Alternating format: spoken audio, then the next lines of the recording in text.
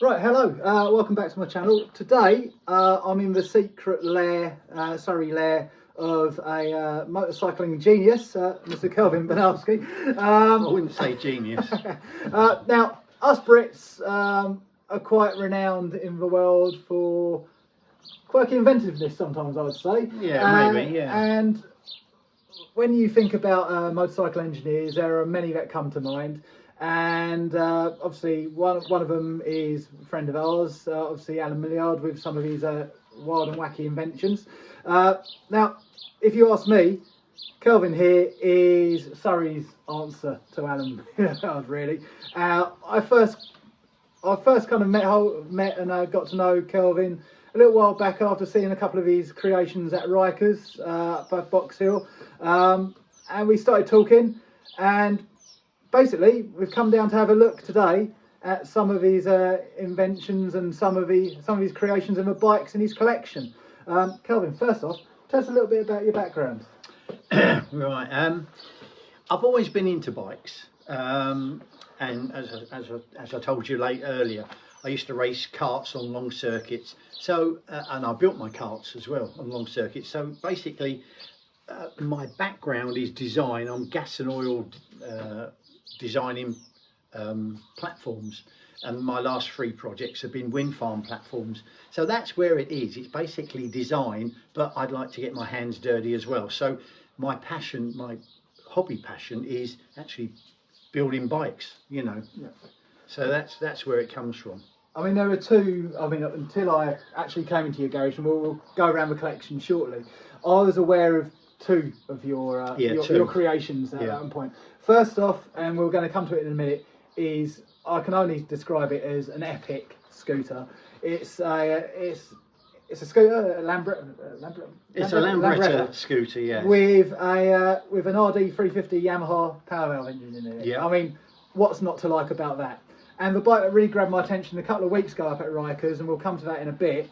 It's an RD500, but not an RD500 as you might know it, and we'll come to that shortly. So without further ado, shall we start having a look around and see what the collection is? Absolutely. Brilliant.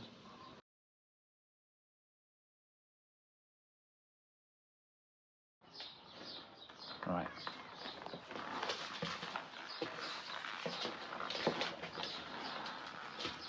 This particular bike is the RD350, but it's actually mated into a 1963 Lambretta Li 150. So originally it had 4 brake horsepower.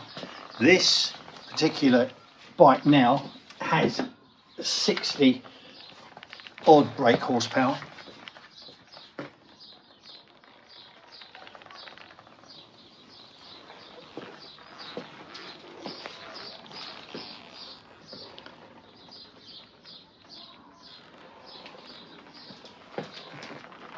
If you ask me, this bike is just quite a work of art, Kelvin. I mean, how you've managed to shoehorn that lump there.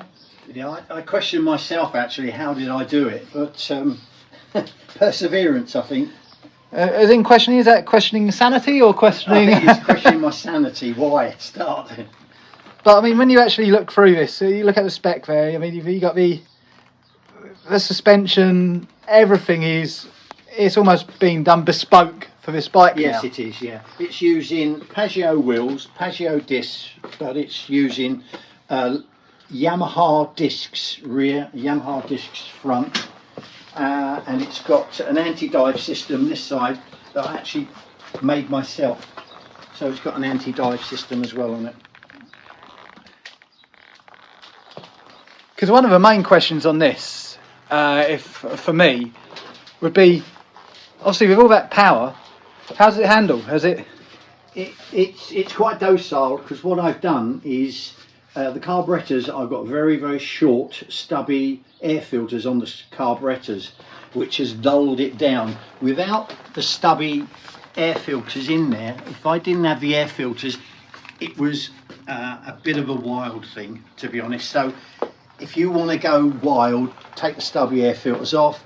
I like it as it is. It's docile but still quick. I have had her up to 90 In controlled conditions, of course. In controlled conditions, correct. And I think the way you've got that finished off, that paintwork, the classic Yamaha Kenny Roberts colour scheme, it just sets it off. It sets it off, yeah, yeah. That's absolutely fantastic.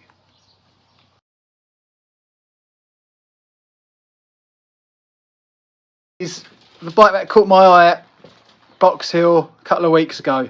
Now, this is named as an RD500, but it's not your typical RD500, is it, Kelvin? Tell us about this one. Well, this one, I purchased the engine. It's a 250 RD250 engine, air cooled, and I actually purchased two engines, and they're sitting in an RD350 frame. And I built the engine, welded the cranks together. Welded the cases together, as you can see. If you see down here very carefully, you can actually see the welding along there, because the whole thing's been welded. Yeah, I got you there. And it's got an extended gearbox, so the gearbox is on the right hand side, comes to the left hand side, and she is what she is. She was a pain to put together, but a very nice ride now. I mean, she's certainly an eye catcher, and this is not something that you see every day. I mean, tell me how you managed with it. Obviously, it's not just a case of connecting the engines together, is it? I mean, it's a lot more intricate than that. Yeah, it's a lot more intricate. Yeah, the engine cases needed to be machined to suit. The crank was easy. I just sent off, I think, 4 cranks, and they put them together the way I wanted. That was the easy part. The hard part was machining down the two middle cylinders and barrels to fit, and the rest is, how you say, just a labour of love. Bit of trial and error as well. Yeah, trial and error. Yeah, she took a bit of working out. As I said to you before, I used the sparks, the original ignition system, because it's a wasted spark, and I thought with the wasted spark I could have run the 4 cylinders, but it didn't work. It will only run 2 cylinders correctly, but the other 2 were really down on power. So there's a vape system on it now, so it's firing 4 cylinders. It's all built inside in the cases, as you can see, the modified cases, and she runs really well and sounds really nice.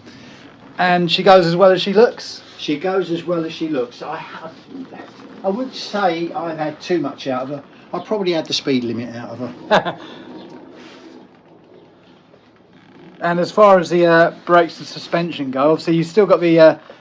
I've had to, on the front, I've had to put the blue spots and twin on there, because it's quite a heavy bike. Very original R1 calipers, aren't they? Yeah, the original R1 blue spot calipers.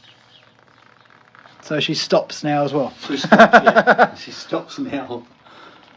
And the exhaust, as I say, I made everything. The exhaust I made. Getting them, it was probably the hardest part, is to get them look the same either side, which is quite time consuming. But from the back she looks good, you know, with the as I say, with the four pots coming out. Brilliant.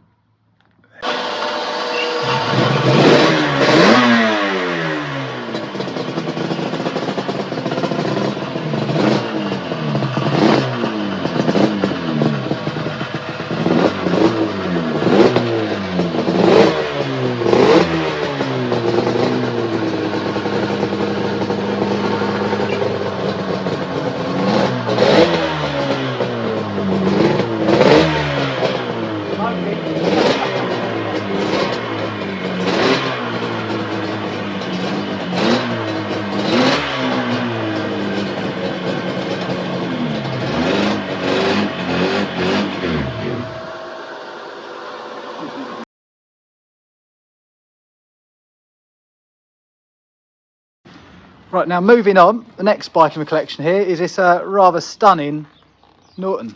What's the story behind this? This Norton is a 600 twin. I just saw it and fancied it, but it's had lots of modifications since I've owned it. As you can see, it's the big fins on here, the swept back exhausts. It's just lovely to ride, but it's a 4-stroke, I'm running it on Castellar. It smells gorgeous. It's an old timer's bike, and to be honest, it should really be sitting in my front room beside my telly. You know. Oh, it wouldn't look out of place there, would it? No, it wouldn't. Don't look out. It's lovely to see it still there, though. That's the thing. And yeah, she's a 600 S, so it's a featherbed, slimline featherbed frame, and just fun to ride. what's the carburettor on there? Is that Amel? They're Amel carburetors, Yeah. twin Amel carburetors. A bit of a legendary name, really, Amel. Yeah, it originally came with just one, but I fitted two on there, and obviously the inlet trumpets. So to make it, as I say, I did have it in my old house. I did have it beside the telly, and my dad, he came round when he was alive, bless him. He came round, and I put it in the front room, and he came round. Oh, sorry, I'll start again. I said to him, Dad, I'm going to put my Norton in the front room beside the telly. He goes, oh, you're stupid. So he came round, he had dinner, and he's watching the telly, and he got up about 3 or 4 times, looked to the bike and sat down, looked to the bike and sat down. And then in the summer, when we got to the summer, I said to him, Dad, I'm taking it out the front room, I'm going to ride it. He said, oh, you're stupid. So it's a typical father. He won him around with it in the end. Oh yeah, absolutely. Perfect.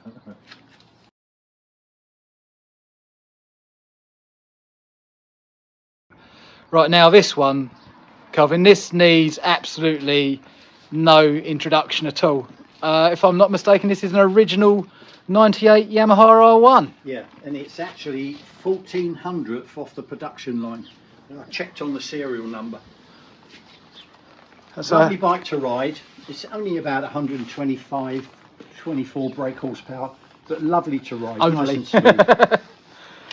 But this, I honestly think Yamaha hit the nail on the head when they came out with the original R1. It was just such a good looking bike, and it still looks good now. Yeah, it's not out of place. And how old is it? It's 25 years? It's coming up for 27 years old. 27 years, yeah. It doesn't look out of place at all, to be honest. No. How long have you had this one? I've had her for probably 12 years. Beautiful. I keep thinking, shall I sell her, shan't I sell her? But, you know, I come out here, I'll start her up and that's it. I don't want to sell her. Have you done much to this one, to any changes? No, not really. I've cleaned her up. She was in a bit of a state, so she's had a massive clean up. No, not really. Just fettling, really. That's all it needs, though, isn't it? I mean, Yeah. I think with a bike like this now, the more original you can keep it, the better, really. Yeah, hasn't got an original exhaust though, because if you go around the side there, she's got a swept up exhaust, so she hasn't got the original exhaust. I didn't like the original exhaust because it's just a big lump on the side of the bike, so it's got more of a sports, and the rear is like a tail tidy on it. They're just subtle changes, though, aren't they? Those, They're so very just subtle, yeah. yeah. Ah, I fantastic. wouldn't say she was in perfect condition, but she's pretty well there, you know. Well, she's still a stunner. I agree.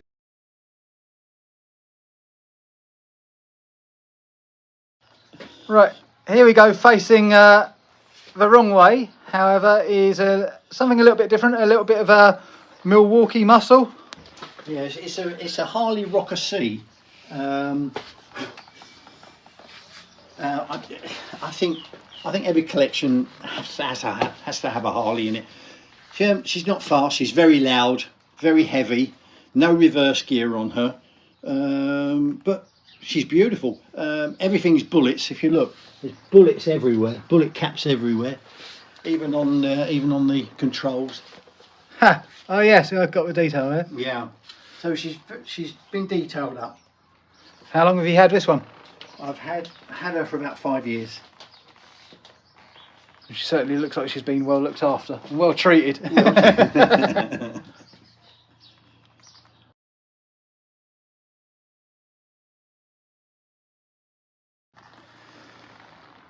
Yet again, another bike that doesn't really need any introduction, but no, she's. I've only owned her for about 3 years.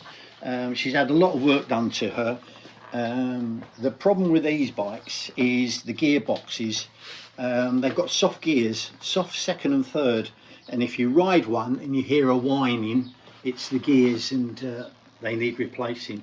But she's been rebored.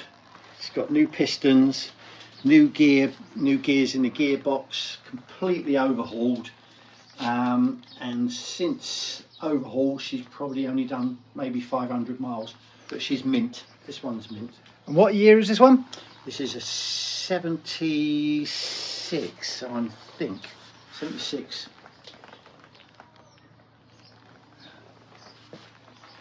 And of course, famously known as the Kettle. That's the Kettle. The GT750 Kettle. She's very smooth, very nice, and it's a lovely bike to go out, especially with the missus on the bike. It's not an animal, it's just very dull, but a real nice ride. Restrained and polite. That's the one.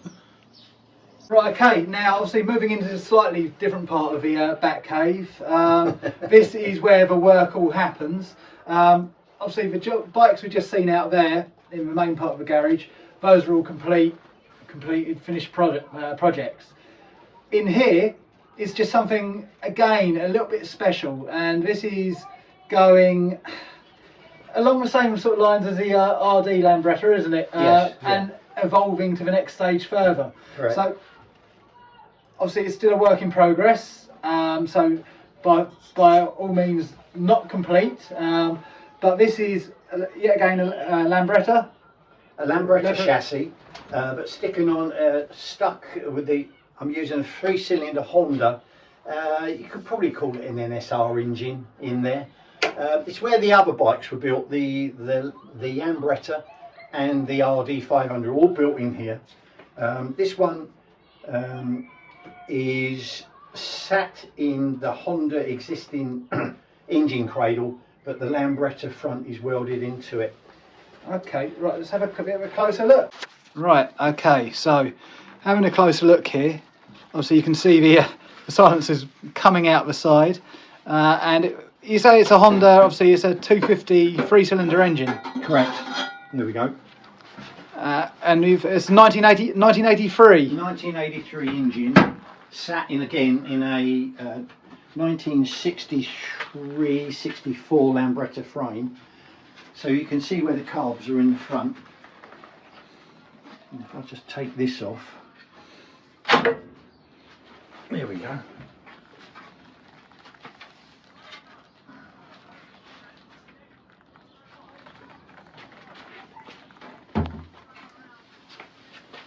Yeah, she's as I say, it's pretty raw at the moment, where you know, the welding's got to be cleaned up a little bit, but slowly getting there. Yeah, again, this is working out to be a labour of love, As they all are. as they all are. And ultimately, it's going to be in a no decisions yet, because obviously a long way off, but an equally eye-catching colour scheme, I'm imagining. Well, I think it's a case of a Lambretta with 3 exhausts on the back. It's just, yeah, that's just that's going to be something else once that's going up. I'm going to be really interested to see how this project continues. I'm going to be interested as well, because I say I've left the stacks haven't got silencers on them. I'm going to see how it sounds, and then we go from there whether we dull it down or not. Excellent. Right, okay, well, thank you for taking the time to show us around your collection, Kelvin. You're most welcome. I look forward to hopefully seeing you out and about on, well, any of them really, yep. at some point. And yeah, maybe we can do a little bit more of a feature on things individually at a later point. But I just wanted to come down here and just get a general feeling of what's going on and what you've created. And all I can say is it's impressive, mate. So thank you very much for the time, and I hope you guys have enjoyed it. Thank you. Yeah, let's wait for the new one to be on the road. Yeah, as soon as that's on the road, we'll see a little bit more about that. Cheers, take care. Bye-bye.